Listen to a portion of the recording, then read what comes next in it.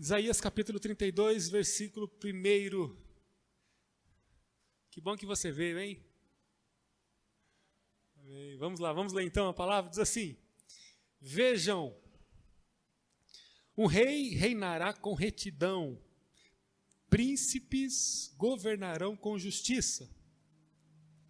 Cada homem será como um esconderijo contra o vento e um abrigo contra a tempestade, como correntes de água numa terra seca e como a sombra de uma grande rocha no deserto. Que texto incrível! O tema dessa noite é a justiça do reino.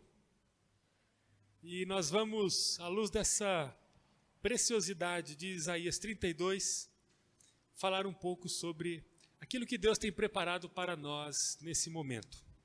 Convido mais uma vez você para que curvemos a nossa fronte e nós vamos orar mais uma vez ao Senhor. Há uma oração necessária nesse momento que precisa nascer do teu coração. Deus vai conversar aqui com a gente, mas Deus não conversa com quem não está olhando para Ele e com alguém que esteja com os ouvidos obstruídos. Deus ele vai conversar com a gente à medida que olharmos para Ele. Você não vai perder o seu tempo aqui, né? Estando neste lugar com o coração bloqueado. Você poderia estar em outro lugar então. Já que você está aqui diante desse banquete espiritual abundante, em nome de Jesus, saia daqui com o seu coração cheio daquilo que o Senhor tem para você. Não perca o seu valioso tempo, não. Faça uma oração agora e mostre disponibilidade para o Senhor. Senhor do céu e da terra, nós pedimos agora que à luz da Tua palavra o Senhor possa falar poderosamente em nosso coração. Que possamos entender agora com um pouco mais de profundidade a justiça do reino. Olhe para os meus irmãos que estão aqui, Senhor. Olhe para a minha vida agora. Nós somos terra seca. A gente faz tanta coisa, construímos tantas coisas, mas, Senhor, não há nada que possamos fazer para que a secura da nossa vida seja rompida. Nós precisamos das águas do Teu trono. Em nome de Jesus, Pai, derrame das Tuas águas sobre a minha e a vida de cada um que está aqui. Nós fazemos agora menção à obra de Jesus que desbloqueia todo o embaraço que separa a nossa vida e a Tua. Em nome de Jesus, pelo poder dEle, ó Deus, revele-nos coisas diferentes. Descortine diante dos nossos olhos uma nova imagem, um novo cenário, com uma perspectiva nova, em nome de Jesus. Fale conosco, o Teu Espírito é abundante e infinito, capaz de mexer com a nossa vida, na pessoalidade mais própria de cada um, nos assuntos mais profundos do coração de cada um. Oramos, Senhor, para que o Seu nome no final dessa reflexão seja elevado no coração de cada um. Em nome de Jesus, pelos méritos dEle, nós oramos assim. Amém, amém. Queridos, diante de um momento onde a justiça é tão aclamada em nossa nação, Deus colocou em meu coração esse tema para essa noite, a justiça do reino. E aí eu gostaria de pensar com você sobre a justiça que nasce do coração de Deus, da justiça que tem a sua fonte na eternidade, num lugar que nós não podemos acessar com a nossa estrutura humana, física, passageira. Eu queria falar com você a respeito desta justiça que não nasce em fontes humanas, mas é uma justiça que nasce no centro do trono de Deus. Essa justiça não se encaixa adequadamente, inclusive no nosso coração. Para pensar em justiça, por exemplo, nós precisamos do quê? Precisamos de um culpado. Se falamos em justiça, nós precisamos trazer no ambiente da discussão um culpado. Na justiça de Deus, olha que coisa interessante. O culpado, ele é levado para um lugar de valorização e não de desvalorização. O que isso quer dizer? Quer dizer que existe uma justiça que parece que não se assenta direito no nosso senso de justiça. Porque quando nós falamos, por exemplo, na nossa própria justiça, nós vamos para outra direção. Enquanto a justiça de Deus chega no culpado e o coloca num lugar de restauração, de valorização, de amor e de graça, a justiça do nosso coração, e aí ninguém escapa, do meu e do seu coração, é uma justiça que, quando chega na vida do culpado, o culpado é levado para um ambiente de punição, de desvalorização, de isolamento, de culpa. Quando a justiça de Deus chega na vida do culpado, a realidade do culpado, ela se transforma. Por quê? Porque a justiça de Deus eleva o culpado. Agora, a nossa justiça, quando a nossa justiça chega na vida do culpado, a gente empurra mais o culpado para baixo, deprecia mais o culpado. Todo ato de justiça que nasce do coração de Deus promove a restauração. E todo ato de justiça que nasce no nosso coração promove a depreciação, a acusação. A justiça que nasce no nosso coração, ela naturalmente nos impulsiona para a desigualdade, para o afastamento, para a falta de respeito. Para nós, justiça é quando o maldoso paga pelo crime até as últimas consequências. É assim ou não é? Para nós, o crime do criminoso dilui-se totalmente em seu valor. O criminoso, ele passa a não ter valor diante do crime que ele cometeu. Para Deus não é assim. Não que Deus não considera os atos do homem. Inclusive, um dia, cada ser humano estará diante de Deus e Deus julgará a cada ser humano com justiça e retidão. No entanto, eu queria chamar a sua atenção, porque nesse momento da história, nestes dias, Deus está ocupado em manifestar a sua justiça, propondo restauração aos culpados. Um dia, a justiça de Deus vai julgar todos os vivos e os mortos. Um dia, segundo a palavra, a justiça de Deus recompensará cada um segundo a sua vida. Mas não chegou esse dia ainda. Nós estamos numa etapa anterior, e nessa etapa Deus está oferecendo a sua justiça para a recomposição, o levantamento, a construção do homem. Hoje a pauta do Senhor só fala de restauração. As atrocidades que nós vemos hoje em dia têm a ver com o estado do coração do homem em não receber a justiça de Deus, ou seja, a restauração de Deus. Mas isso não depende, ou o estado que o homem se encontra não depende de Deus, mas depende da indisponibilidade do próprio homem. Queridos, Deus tem sonhado com uma justiça que hoje restaura a humanidade. Agora, não é difícil reconhecer que Deus é assim. O difícil é entender onde entramos nisso. Os irmãos estão me entendendo? Os irmãos querem que eu comece de novo? Todo mundo está junto? Tá. Não é difícil entender que Deus é a justiça e que a justiça de Deus ela é restauradora.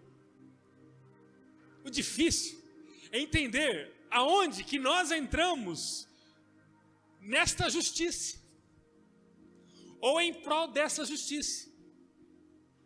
Vamos pensar o que Deus está querendo falar com a gente hoje. E aí eu preciso voltar com você no texto que nós lemos de Isaías 32. O texto que lemos, ele nos posiciona. O texto diz: vejam, um rei reinará com justiça e retidão. Príncipes governarão com justiça. Cada homem será como um esconderijo contra o vento e um abrigo contra a tempestade, como correntes de água numa terra seca e como a sombra de uma grande rocha no deserto. Isaías aqui, profeticamente, está revelando aquilo que Deus realizaria com o povo de Israel. Para entendermos qual é o nosso lugar na justiça do reino, nós precisamos considerar que Deus, ele separa a história em algumas partes. E sabemos que o Antigo Testamento é uma parte que foi estabelecida para determinar um povo que foi determinado por um endereço, um povo que foi determinado por um jeito de falar, um jeito de se portar, um povo que tinha uma cultura, um povo que tinha um dialeto próprio, um povo que tinha uma tradição, um povo que tinha uma lei. Deus constituiu para si um povo antes de Jesus Cristo que era marcado por uma organização civil, social, política, econômica.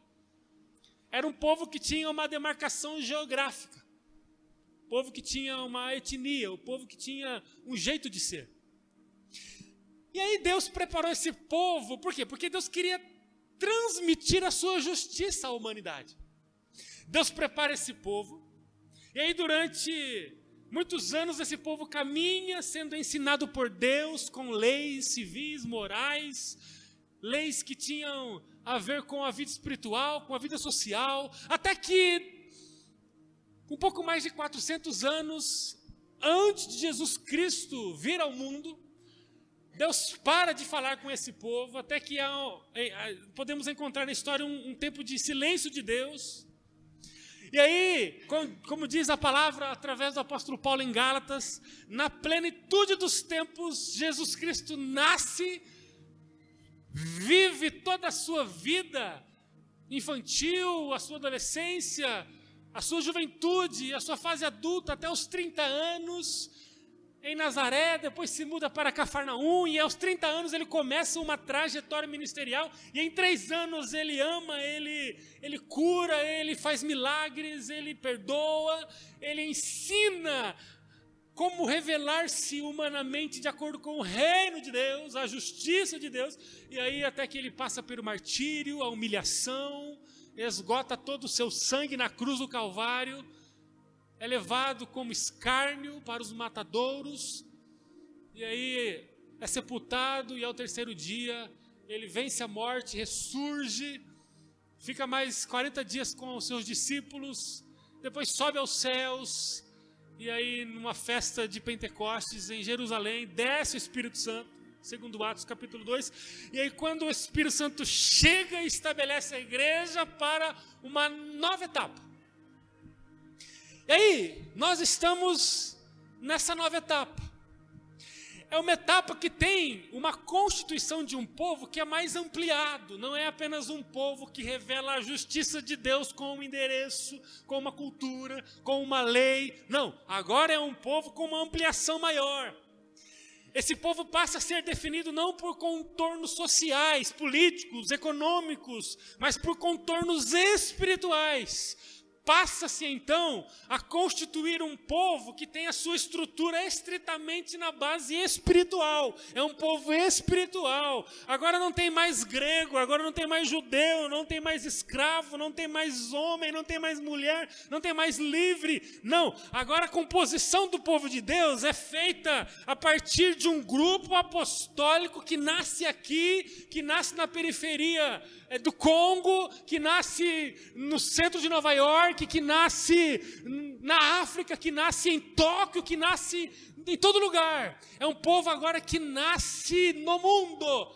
As barreiras geográficas sociais agora são rompidas. E aí, esse povo de Deus, esse povo que tem as mesmas nuances, características, jeito de ser do Antigo Testamento, passa a continuar a história numa outra etapa, agora a partir de Jesus. E aí, o Antigo Testamento, o contexto do profeta, na verdade, é um preâmbulo, é um anúncio, é aquilo que está antes. É uma preparação para aquilo que aconteceria. Então a palavra do profeta Isaías nos aponta para um tempo que se cumpriria perfeitamente em Jesus e a partir de Jesus. Isso quer dizer que a palavra de Deus, através do profeta Isaías, lá atrás, aproximadamente no ano 700 antes de Jesus Cristo, essa palavra do profeta Isaías, ela se cumpre hoje em nossa vida. Eu falei tudo isso para dizer que Deus separou um povo há aproximadamente 2.720 anos atrás, para falar coisas que respingariam, que atingiriam a nossa vida hoje. Por quê? Porque o Senhor é o Senhor da história, Ele é o alfa, Ele é o ômega, Ele é o princípio e fim, Ele tem o controle do cronos, do tempo, do calendário em suas mãos. E Deus falou com homens, segundo seu coração lá atrás, para que hoje entendêssemos o seu propósito. O propósito da justiça do reino. Qual é a mensagem que Deus falou lá para o profeta Isaías? E que tem tudo a ver com a minha vida e com a agenda da minha semana. É que haveria um tempo que a partir de Jesus Cristo, um povo seria marcado pelo governo do eterno Rei dos Reis. A mensagem é de que Jesus Cristo e seus príncipes e princesas seriam propagadores de uma justiça. Há uma justiça que opera no reino de Deus através do seu povo, hoje a sua igreja. E qual é a função dessa justiça? Qual é a função desse reino? Para que serve essa justiça? Para que serve esse reino? E eu quero dizer duas coisas para os irmãos. A primeira coisa é que essa justiça de Deus, é que essa justiça do reino, ela é manifestada no mundo através da individualidade de cada príncipe e de cada princesa desse reino. Diga bem forte comigo o máximo que você conseguir. Individualidade. Vamos mais uma vez. Você não pode esquecer essa palavra. O reino de Deus, o reino da justiça, ele é manifestado na individualidade de cada súdito do reino. Aquela justiça que eu disse no começo, que restaura, que recompõe, que não é punitiva, essa justiça que tem a ver com o coração de Deus, ela só pode ser manifestada na história a partir da individualidade de cada súdito do reino. Eu quero dizer uma coisa para vocês: a justiça que corrói a humanidade, a justiça que pune, a justiça que desclassifica pessoas, a justiça que impõe a derrota de pessoas, a justiça que coloca para baixo a criação, essa justiça nasce do nosso coração, na nossa individualidade. Da mesma forma, a justiça de Deus que levanta, que recompõe, que refaz a história, que transforma a humanidade, essa justiça também só pode nascer na nossa individualidade. Não podemos criar um movimento social, um movimento coletivo, um movimento com muitas pessoas, famílias, um movimento em massa para estabelecer a justiça do reino de Deus. Não podemos, queridos, não podemos. A coletividade, o ajuntamento, a massa, o grande movimento, a multidão, ela apenas revela aquilo que nós construímos na nossa individualidade. O texto diz no versículo 2: cada homem será como um esconderijo contra o vento e um abrigo contra a tempestade. Como a justiça eterna de Deus se revela em nossos dias? Através da individualidade. Cada homem será um esconderijo contra o vento e um abrigo contra a tempestade. Através de cada um de nós, à medida que compreendermos o nosso papel na manifestação dessa justiça, Deus vai manifestar sobre nós e através de nós uma justiça que nós não podemos oferecer. Nesse momento, Deus, como Rei, está manifestando na pessoa de Jesus a sua justiça no mundo, gerando alívio para o cansado, gerando absolvição para o culpado, oferecendo companhia para o solitário.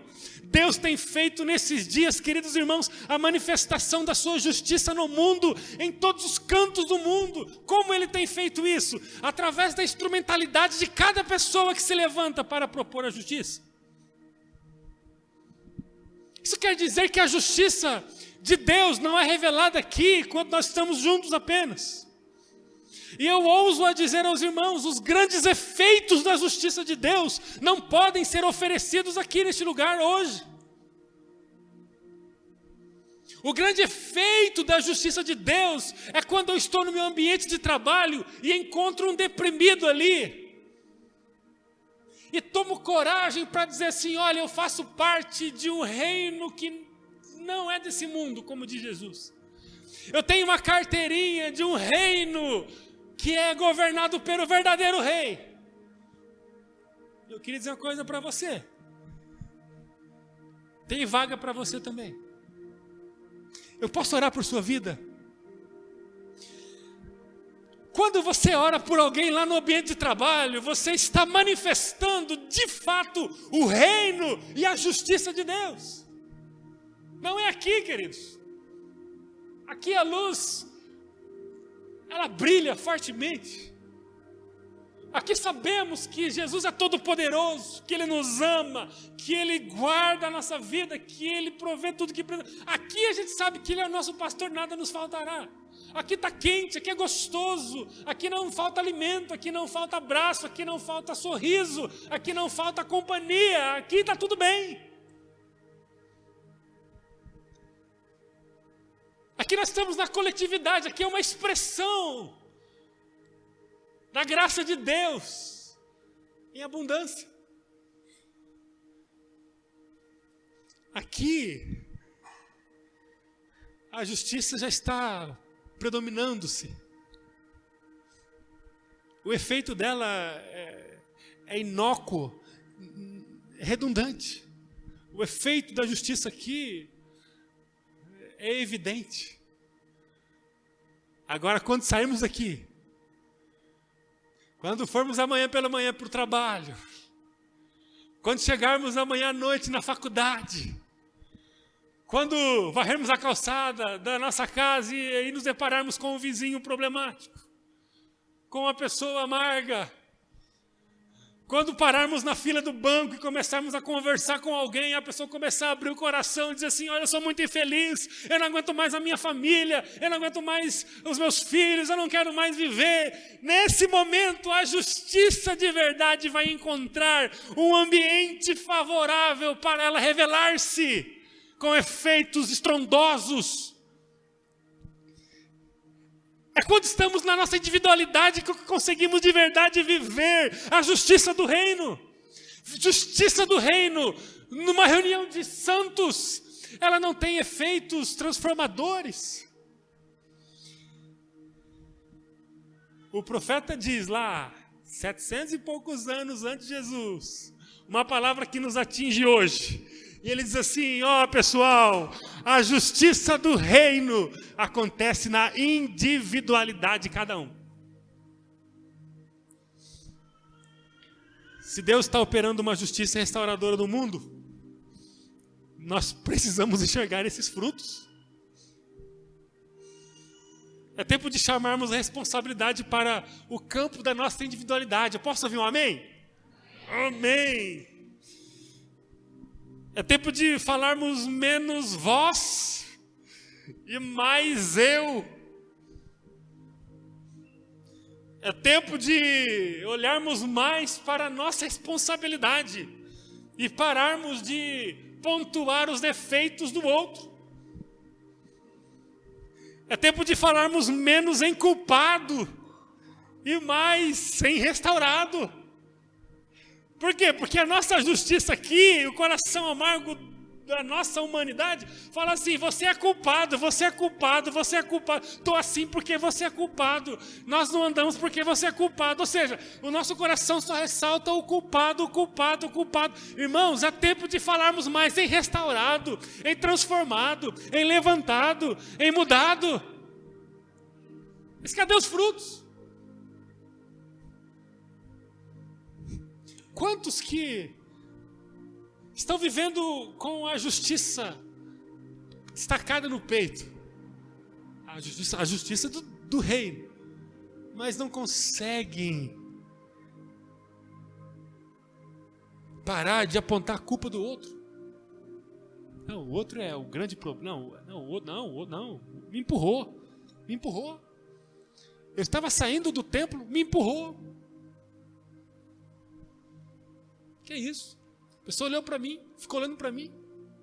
Falei para ela: perdeu alguma coisa em mim? E aí a gente fala de restauração. Não, mas o problema está no pastor. Irmãos, se vocês procurarem problema em mim, vão achar um monte. Um monte. O problema está no líder de pequeno grupo. Ah, não, esse líder, pelo amor de Deus. Que líder que é esse? Irmão, ele tem problema mesmo. O problema está no meu grupo. Ah, o meu grupo. Meu Deus, o meu pequeno grupo lá. Não, eu quero mudar de grupo. Eu preciso de outro grupo. Olha, eu tenho o privilégio de andar em vários grupos. Irmãos, é todo mundo assim. Não tem ninguém mais bonito, não. Não tem ninguém mais espiritual, não. Todo mundo. Nós somos um corpo só e não tem um com uma orelha bonita e a outra orelha feia. Você conhece alguém assim que tem uma orelha? Conhece? Conhece, né? Bom, tem isso também. Mas normalmente o corpo é um corpo. Comece a transferir a culpa, não. Pare de valorizar a culpa e comece a valorizar o que o outro tem por trás da limitação e do pecado. É tempo de valorizarmos mais o que a pessoa é do que o que a pessoa faz. Já viu isso já? Não, para mim o que contabiliza é o que a pessoa faz. Irmãos, deixa eu falar uma coisa para vocês. O que seria da gente se Deus contabilizasse o que a gente faz? Ninguém vai embora. Encosta a porta. Irmão, que conversa que é essa de contabilizar o que o outro faz?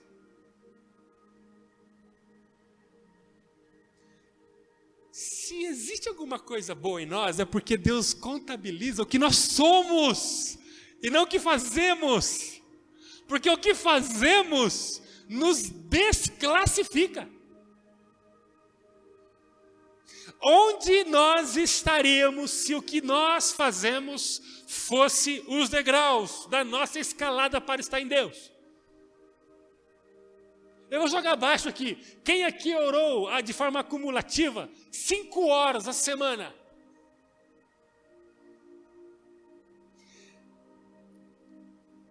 Quem aqui, como eu, assistiu 2 partidas de futebol? Uma partida da Série B e uma da Série A. Tem alguém? Irmão, confessa o pecado, pode levantar aí. Quantas horas? Quantas horas, pessoal que assiste mais do que eu aí? 360 minutos, os dois. Então, agora vamos aqui, a tradução. Quantas horas? Irmãos, vai acabar mais tarde o culto por causa dos irmãos, tá? 3 horas. Isso, Marcos. Pega o punhal e faz assim. Vai. 3 horas e meia eu fiquei assistindo futebol essa semana. Agora a gente assiste com tanta facilidade. Agora, e se eu pegasse 3 horas e meia na semana e separasse para orar por pessoas? Irmãos, não vai faltar gente na lista. Começo por minha esposa, pelos meus 3 filhos, pelos meus pais, pelos meus irmãos, pelos meus cunhados, pelos meus vizinhos. Aí, quando eu vou para a igreja, irmãos, eu vou no grupo do WhatsApp da igreja, eu começo a passar assim, ó, eu vou vendo a foto de cada um. Eu vou orar pelo meu pessoal, eu vou orar pelos meus líderes, eu vou orar pelas pessoas que amam Jesus comigo, eu vou orar por aqueles que agora eu vou para os meus outros amigos, aqueles que não fazem parte da igreja. Irmãos, a questão, o que nós teríamos se fosse contabilizado o que a gente faz? Deus fala assim, tá tudo bem, pessoal, tá tudo bem. Ó, Efésios capítulo 2, vocês são salvos pela graça, não é por obra de vocês. Eu salvei vocês, diz o texto no versículo 8, e coloquei um caminho diante de vocês para vocês andarem. Existe um caminho, existe um jeito de viver. Mas pessoal, tá tudo bem. Sabe por quê? Porque o caminho, ele está depois do anúncio de que a graça nos salvou. Se fosse o contrário, seria um problema. Ó pessoal, existe um caminho. Se vocês trilharem esse caminho, na vida, vocês vão encontrar a salvação pela graça. Aí seria um problema. Mas ao contrário, não, vocês são salvos pela graça. Vocês foram removidos do lugar de condenação para um lugar de vida. Agora que vocês já são salvos, vocês têm que andar nesse caminho.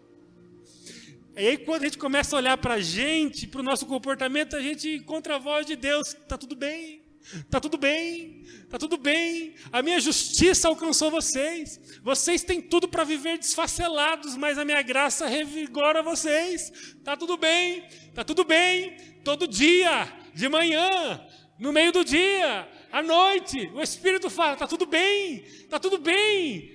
O Senhor é o nosso pastor, diz a palavra, nada nos faltará. Em que tempo? Em todo tempo. Está tudo bem. O Pai diz, vem aqui no meu colo, está tudo bem. Vem, caiu de novo, se ralou, está sangrando, vem aqui, vem aqui, vem aqui. Está tudo bem, tudo bem.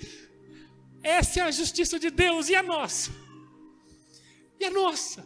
A gente olha para o lado e fala, não, está tudo bem, nada. A gente valoriza o que o outro faz e não o que o outro é. Para nós é o que somos em Deus.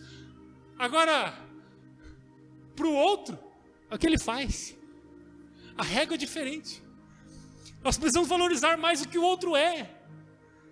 Nós precisamos considerar mais que o outro ele há de ser restaurado pelo poder de Jesus. É tempo de valorizarmos mais a justiça que levanta o outro. É tempo de valorizarmos mais a justiça que recompõe o homem. Queridos, mas para que isso aconteça em nosso meio, eu preciso me responsabilizar na manifestação dessa justiça que valoriza o outro por quem ele é e não para o outro por aquilo que ele faz. E isso vai quebrar muita coisa. Porque tem gente que não está aqui hoje à noite porque está emburrado com alguém. Tem gente que deixou de participar do pequeno grupo, que é um lugar profético, é um lugar onde amamos pessoas, onde depositamos cuidado sobre outros. Tem gente que parou de ir, por quê? Porque ficou olhando para as limitações do outro. Enquanto a justiça do reino olha para o outro a partir de quem ele é e não a partir do que ele faz. E aí eu fico pensando, o estado mais vergonhoso que é uma pessoa deixar de manifestar a justiça do reino na vida do outro, porque o outro fez ou não fez, e receber a justiça do reino de Deus a partir de quem ele é apenas, porque se fosse contabilizar o que ele faz, ele não teria condição de receber também. O texto diz que cada homem Cada homem precisa oferecer ao outro a justiça. Nós temos muita facilidade de nos esconder na coletividade. Em nome de Jesus, vamos quebrar isso essa noite. É bem mais fácil viver escondido no meio da multidão. É bem mais fácil falar em nome do nós do que falar em nome do eu. Só podemos responder ao chamado de Deus no campo da individualidade. Gostaria de refletir com você. É claro que Deus está fazendo grandes coisas no meio de nós. Mas a pergunta que o Espírito Santo nos faz agora não é o que Ele está fazendo no nosso meio, mas é o que Ele está fazendo na minha vida. Eu queria que nós tirássemos os olhos da coletividade, colocássemos os olhos no nosso coração. Porque através do profeta Isaías, a justiça do reino, ela se manifesta no nosso coração. Não é o que nós cantamos aqui, é o que nós falamos lá fora. Não é o fato de dobrarmos o nosso joelho aqui, é o fato de dobrarmos o nosso joelho lá fora. Não é o fato de olhar para o outro e dizer que o outro é importante aqui, é olhar para o outro lá fora e dizer que ele é importante lá. Queridos irmãos, é tempo de tirarmos os olhos desse movimento aqui e colocarmos os olhos no nosso comportamento individual lá fora. Bom, a primeira coisa que eu preciso dizer para você então é essa.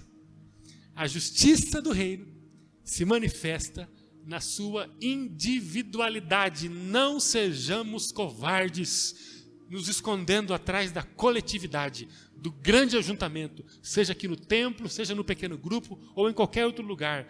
Vamos ser corajosos e falar assim, ó, eu sou chamado, cada homem é chamado, cada mulher é chamado. Nós estamos agora sendo chamados para revelar a justiça do reino de Deus, que faz o quê? Segunda coisa, essa justiça, como eu já disse, ela recompõe, diferentemente da nossa justiça que pune. E aí, à luz do texto, irmãos, que texto fantástico. O versículo nos diz que a justiça de Deus, quando é promovida por nós na individualidade, ela promove, abre aspas, um esconderijo contra o vento e um abrigo contra a tempestade. Bom, deixa eu entender então. Quando eu saio e começo a manifestar a justiça do reino, na minha individualidade, o que começa a acontecer? Eu começo a oferecer segurança e abrigo. A pior coisa para quem não tem esconderijo e abrigo é o vento. Alguém aqui já teve a sua casa, ou a garagem, ou alguma estrutura aí, sei lá, algum barracão, alguma coisa, alguma barraca de acampamento, alguma coisa, descoberto pelo vento? Aquele desespero que dá, quando você se percebe sem uma boa segurança, em um bom abrigo, e começa a ventar. Pior coisa, para quem não tem esconderijo e abrigo, é o vento. A tempestade nos mostra como nós somos pequenos. E aí a gente percebe que o mundo está clamando por segurança e abrigo. O vento coloca tudo o que temos e tudo que nós somos em risco. Não há garantias alguma para quem está no vento sem abrigo. Aí o texto vai nos dizer que a justiça de Deus, quando é operacionalizada ou quando é vivida por nós no mundo, nós vamos manifestar, vamos promover um esconderijo para o desabrigado. Nós vamos promover uma segurança para aqueles que estão próximos de nós. E meus irmãos, deixa eu falar uma coisa aqui. Pode ser que tenha pessoas dentro do ambiente da sua casa que estão vivendo fortes embates do vento e estão se sentindo absolutamente inseguras e sem abrigo. Quantas pessoas que estão próximas de você no ambiente de trabalho que estão sendo ameaçadas frontalmente por falta de esconderijo e de abrigo? Alguém pode perguntar, devemos ser esconderijo de quem? A resposta é simples, de quem está no vento. Irmãos, depois que nós saímos na nossa individualidade e começamos a manifestar a justiça do reino, nós nos tornamos imediatamente esconderijo de alguém.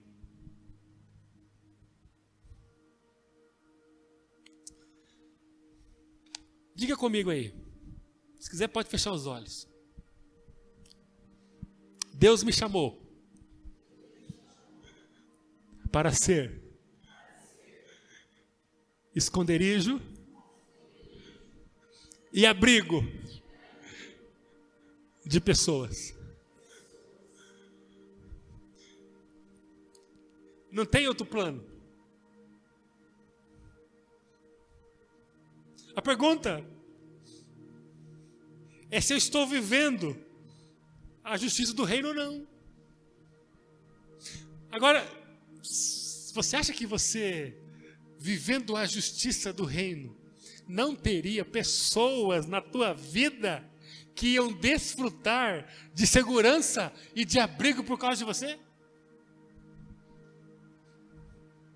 Aí o texto continua dizendo que aquele que manifesta a justiça do reino, versículo 2, além de se tornar abrigo e esconderijo, ele se torna alimento e descanso. Olha só o que o texto diz: como correntes de água numa terra seca e como a sombra de uma grande rocha no deserto.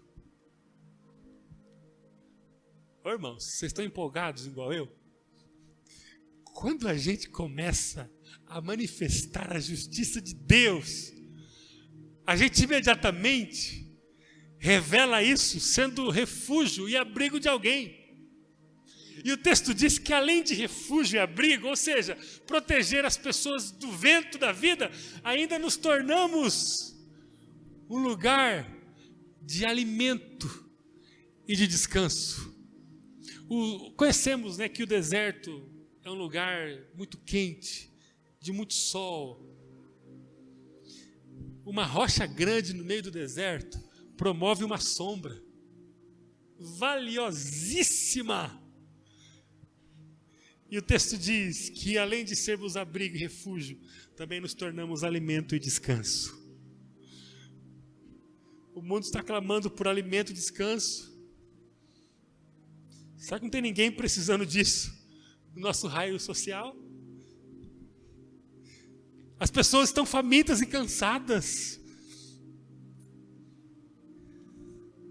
Na justiça de Deus, ou somos abrigo, segurança, fortaleza, alimento e descanso, ou nós vivemos de um engano. Estamos terminando esse ano e eu vou continuar enfatizando isso, irmãos. Nós somos uma igreja que foi programada para ser um lugar de segurança, de abrigo, de alimento e de descanso. O pastor só fala isso. Deus só fala isso. Ele não está interessado em nenhum outro assunto. Eu quero desafiar você a ser um agente de justiça do reino de Deus. Abra mão da punição que o outro merece e comece a valorizar o outro por quem ele é, Talvez esse outro é o seu pai, a sua mãe. Talvez esse outro é o seu filho, a sua filha. Talvez esse outro é o seu próprio cônjuge. Talvez esse outro é o seu patrão. Talvez esse outro é aquele amigo de trabalho torto. Talvez aquele outro é aquela amiga doida. Talvez aquele outro é aquele amigo de faculdade. Talvez aquele outro é alguém da igreja que está aqui ou que não está aqui. Talvez aquele outro é alguém do seu pequeno grupo. Talvez aquele outro é alguém que divide a vida com você todos os dias. Em nome de Jesus, manifeste a justiça do reino de Deus na sua individualidade, consciente de que o Senhor vai usar você, porque você está olhando o outro a partir de quem ele é e não a partir do que ele faz. E aí Deus fará de você, sem dúvida, uma estrutura, um lugar de descanso, um lugar de segurança, um lugar de abrigo, um lugar de alimento, um lugar de vida. Em nome de Jesus, eu quero desafiar a você, abra mão da punição e valorize a restauração. Isso é uma das coisas mais difíceis para fazermos, principalmente quando nós somos o alvo da injustiça. Irmão, se você está no lugar de injustiçado, a justiça do reino propõe a você, nessa noite, que você entregue a sua vida totalmente, de acordo com a melodia que rege o reino de Deus. Considere o outro por quem ele é, e ele é especialíssimo para Deus e deve ser para você. Ame na sua pessoalidade, saia desse esconderijo que é a coletividade. Comece a assumir todos os dias a sua vida como um canal da justiça do reino. Seja um abrigo, seja segurança, seja alimento e seja descanso de pessoas. E se você é o alvo da injustiça, o efeito da restauração na vida do injusto será mais forte por causa do seu amor, por causa de você que foi injustiçado. O maior efeito da restauração do injusto acontece quando a justiça do reino é oferecida pelo injustiçado. Vamos para cima, irmãos. Para cima. Quem não merece a justiça de Deus, sob a tua avaliação, derrame mesmo da justiça de Deus sobre essa pessoa. Essa pessoa não é digna.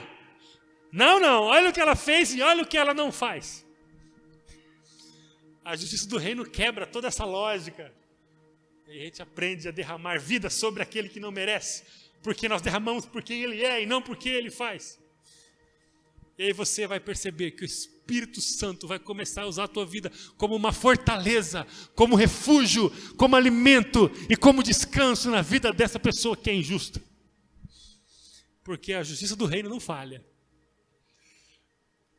Chega de punição, chega de acusação, chega de opressão, chega de afastamento, chega de depreciação.